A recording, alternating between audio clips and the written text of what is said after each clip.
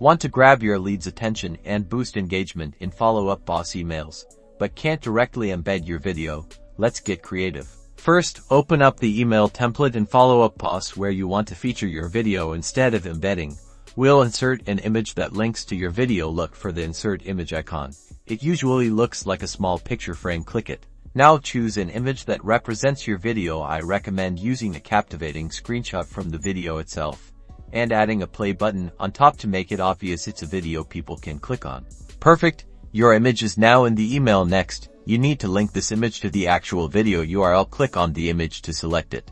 A little toolbar should pop up. Find the link icon. It typically looks like a chain link. Click that, and a box will appear. This is where you'll paste the direct link to your video, whether it's on YouTube, Vimeo, or your own website. Double check to make sure the link is accurate. Click the Save or Apply button to finalize the link. Now, whenever someone clicks on that image in your email, they'll be taken directly to your video.